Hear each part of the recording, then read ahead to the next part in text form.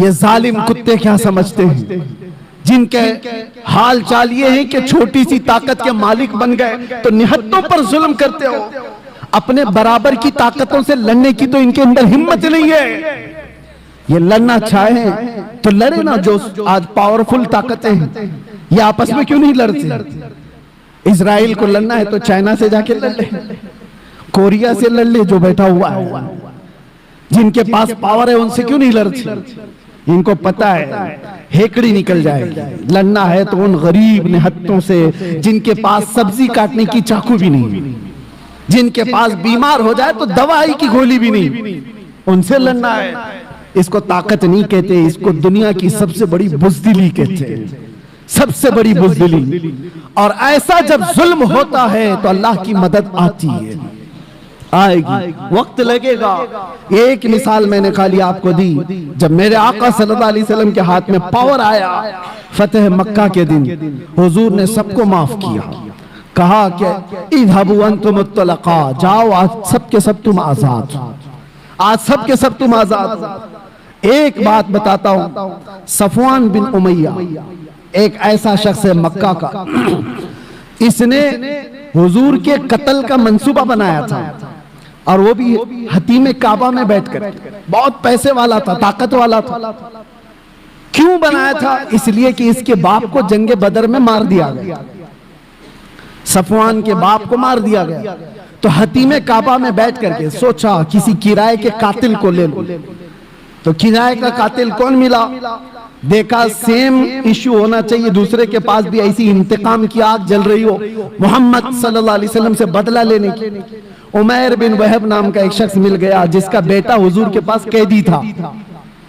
जंगे बदर में जो 70 कैदी थे उसमें एक कैदी उमैर बिन वहब का बेटा था। सफवान ने बुलाया उमैर को, कहा जितना पैसा चाहे उतना दे दूंगा, तेरे सारे कर्जे मैं चुका दूंगा, तलवार मैं दूंगा, जाओ मदीने और मोहम्मद का कत्ल करके आओ सल्लल्लाहु अलैहि वसल्लम। उमैर तैयार हो गया, तलवार लेकर मदीने आ गया। और उमैर को सब पहचानते थे। उमैर का एक लक़ब था शैताने कुरैश, आग भड़काने वाला आदमी। हजरत उमर की नजर पड़ गई, मस्जिद नबवी के बाहर ही खड़े थे, और हजरत उमर ने जो लफ्ज कहा, लोग मुझे ताना मारते हैं कि बार बार आप ये जुमला क्यों कहते हैं। सुनो, उमर इब्ने खत्ताब का जुमला हदीस में है, आपने जैसी उमैर बिन वहब को देखा तो क्या कहा, खुजू हाजल कल्ब, पकड़ लो इस कुत्ते को। ये मेरा जुमला नहीं है, उमर इब्ने खत्ताब का। हाँ, अगर हमारी जुबान से कुत्ता निकलता है तो वो बराबर जगह के लिए निकलता है, ऐसा नहीं है। हाँ, तो उमैर बिन वहब को पकड़ने के लिए उमर इब्ने खत्ताब ने कहा, पकड़ लिया, गर्दन में गमछा डाल करके घुमाया, और फिर हुजूर पाक सल्लल्लाहु अलैहि वसल्लम मस्जिद नबवी में अंदर से जाकर के पूछा, आका वो उमैर बिन वहब आया है, क्या करूं उसका? आप हुक्म दे तो वही निपटा दूं उसको। जंगे बदर को भड़काने वाला वही आदमी था। हुजूर ने फरमाया आने दो अंदर। अंदर जब उमैर बिन वहब आया तो हुजूर ने पूछा, क्यों आए हो? उसने कहा, बस बेटे की खैर खैरियत पूछने आया हूं। हुजूर ने फरमाया, सच बताओ क्यों आए हो? कहा, नहीं बस यही, मेरा बेटा आपके कैद में, हालचाल मालूम करने आया। हुजूर ने फरमाया, बेटे की खैर खैरियत लेने के लिए तलवार लेके तो नहीं आते? तो उसने तलवार फेंक दी। कहा, क्या फायदा इस तलवार का, तलवारें हमारे पास थी बदर में, फिर भी हम नहीं जीत पाए ना। हुजूर जलाल में आए, कहा, बातें मत बनाओ उमैर, वो बात बोलो जो सफवान के साथ हतीम काबा में करके आए हो। वो बात बताओ जो हतीम काबा में बैठ करके तुम करके आए हो। बस अब क्या था, उमैर बिन वहब का जिस्म कांपने लग गया। तन्हाई में बात की थी उमैर बिन वहब ने सफवान से, और कहा, मैं गवाही देता हूं आप अल्लाह के सच्चे रसूल हैं, मुझे अपनी गुलामी में शामिल कर लो। वो उमैर बिन वहब सहाबी बन गए। हजरत उमर बिन खत्ताब गले में हाथ डालकर बाहर लेकर के आए, और सहाबा से कहा, थोड़ी देर पहले ये आदमी मुझे खिंजीर से ज्यादा बुरा लगता था, और अब ये उमैर बिन वहब मुझे अपने बेटे से ज्यादा अजीज लगता है। ये है अल्लाह के लिए मोहब्बत, अल्लाह के लिए दुश्मनी।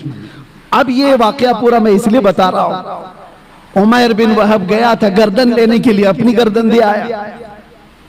सफवान यहाँ इंतजार कर रहा था, रोज इंतजार कर रहा था कि कुछ नई न्यूज आए। कोई भी काफिला मदीने से आता उसके पूछता कोई नई खबर है, कुछ बड़ी खबर है। उसके तो दिमाग में यही था कि आज कत्ल हो गया होगा, कल कत्ल हो गया होगा। एक काफिला आया, सफवान से कहा हाँ एक बड़ी खबर है तेरे लिए। कहा क्या? कहा तेरा पक्का जिगरी दोस्त भी मुसलमान हो। तो कहा ये तो डूब मरने का वक्त आ गया मेरे। यही वो दिन थे। थोड़े दिनों के बाद हुजूर पाक सल्लल्लाहु अलैहि वसल्लम पूरे सहाबा की जमात के साथ मक्का में आ गए, फतेह मक्का। उस वक्त तक सफवान ईमान नहीं लाया है, ईमान की बूबास भी नहीं, इंतकाम की आग में भड़क रहा। जब हुजूर आए और सबको अमान दे रहे थे, सबको अमान दे रहे थे, तो उस वक्त सफवान बिन उमैया ये भाग करके निकल गया मक्का से और लोगों से कहा कि तुम लोग मोहम्मद के हाथ में आना चाहते हो, इससे बेहतर है कि समंदर में छलांग लगाओ, खुदकुशी कर लो। तो अपने घोड़े को लिया और समंदर की तरफ चला गया कि मैं सुसाइड कर लूंगा, इनके हाथ में आने से तो अच्छा है। हुजूर पाक सल्लल्लाहु अलैहि वसल्लम जब सबको माफी दे रहे थे तो उमैर बिन वहब हुजूर के पास आते हैं, अब वो सहाबी रसूल हैं। कहा या रसूल अल्लाह, सफवान भाग करके गया है, मैं चाहता हूं कि उसको भी आप माफी दे दें। उसने अगरचे आपके कत्ल का मंसूबा बनाया था, मैं ही आया था, लेकिन उसके अंदर अपने बाप के इंतकाम की आग भड़की हुई थी, इसलिए किया था, आप माफ कर दें। हुजूर ने देखा उमैर बिन वहब किसकी सिफारिश कर रहा है? सफवान की। हुजूर ने कुछ नहीं कहा, मुस्कुराया और कहा सफवान के लिए भी अमान। ये नहीं कहा कि वो ईमान लाए तो अमान है, नहीं, जिस हालत में है उस हालत में अमान है। तो उमैर बिन वहब कहते मैं ऐसा दौड़ा दौड़ा गया सफवान को बताने के लिए कि उसकी जान बचा लो, वो छलांग ना लगा ले। भागते घोड़े से दौड़ाते हुए पा लिया सफवान को करीब में। कहा तेरे लिए बड़ी खुशखबरी है, मोहम्मद सल्लल्लाहु अलैहि वसल्लम इतने रहम दिल आदमी हैं, उन्होंने तुझे माफ कर दिया। सफवान कहता है ये चीज यकीन करने की जैसी है ही नहीं, दुनिया में कौन ऐसा करता है, तू या तो कोई चालबाजी कर रहा हो। कहा नहीं, अबू सुफियान को माफ किया, हिंदा को माफ किया, सब बड़े बड़े लोगों को माफ किया, तुम क्या हो? तो उसने कहा मुझे उस वक्त तक यकीन नहीं होगा जब तक उनकी कोई निशानी ना देख ले।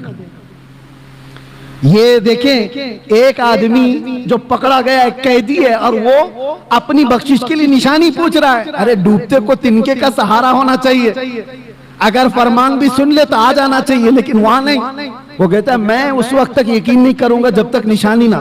उमैर बिन वहब फिर से वापस आए और हुजूर से कहा या रसूल अल्लाह वो मान नहीं रहा है, वो खुदकुशी कर लेगा, वो मर जाएगा और उसको मेरी बात पर यकीन नहीं आ रहा है। हुजूर ने फरमाया क्या वो मेरे तमाम हैयत को पहचानता है? कहा कि या रसूल अल्लाह आपकी हैयत को कौन नहीं पहचानता, आपकी शक्ल और शबाहत को कौन नहीं पहचानता। हुजूर ने अपना अमामा उतारा और कहा ये ले जाओ उसको बता दो। अल्लाह अकबर। आता है फकीरों पे उन्हें प्यार कुछ ऐसा, खुद भीख दे और खुद कहे मंगते का भला। उमैर बिन वहब हुजूर का यह अमामा लेकर पहुंचे, देखते ही सफवान पहचान गया ये रसूलुल्लाह का अमामा। वापस पलट आया सर झुका करके मेरे आका के पास खड़ा था। मेरे आका ने कहा सर झुकाओ नहीं, उठाओ, सर उठाओ, तुम जिस हालत में रहना चाहते हो तुम आजाद हो।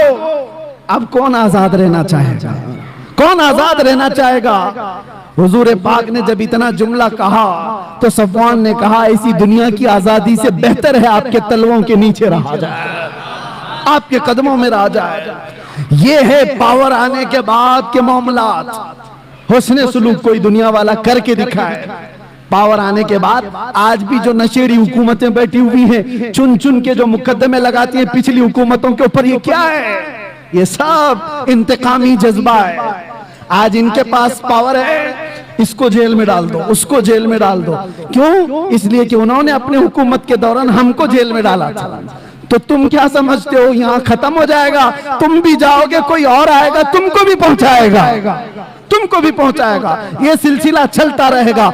इस सिलसिले को खत्म करना हो तो फतेह मक्का की तारीख पढ़ो, ये हुजूर पाक की रहमत वाली तारीख पढ़ो, तभी अमन व अमान आएगा, बहाल होगा। अल्लाह का हजारहा करोड़हा शुक्र है कि मौला ने ऐसे वैसे ऐरे गैरे के दीन पर नहीं रखा, हमें अल्लाह तबारक व तआला ने मुहम्मदुर रसूलुल्लाह के दीन पर रखा। उनकी न मिसाल है, न कोई मसील है, न अखलाक में, न शबाहत में, किसी चीज में कोई उनका मसील नहीं है। अल्लाह करीम आखिरी दम तक हमें हुजूर के कदमों से वाबस्ता रखे। और इसीलिए आप सबसे भी मैं यही कहता हूं, दुनिया के सारे टेंशन, सारे डिप्रेशन, सबका इलाज एक ही है। दबाव में रहते हो, इससे डरकर उससे डरकर रहते हो, हालात से समझौता करके चलते हो, बहुत सारे मामला तुमको रोज उकसाते हैं, कैसे जीऊं कैसे जीऊं। एक तरीका बता के जाता हूं, एक इलाज है, डिप्रेशन से आजादी, टेंशन से आजादी, फिक्र ख्यालात की हमी से आजादी, हर चीज से आजादी, सुकून की जिंदगी गुजारना चाहते हो, एक इलाज है, उन्हें जाना उन्हें माना, न रखा गैर से काम, लिल्लाहिल हम्द मैं दुनिया से मुसलमान गया, लब्बैक या रसूल अल्लाह।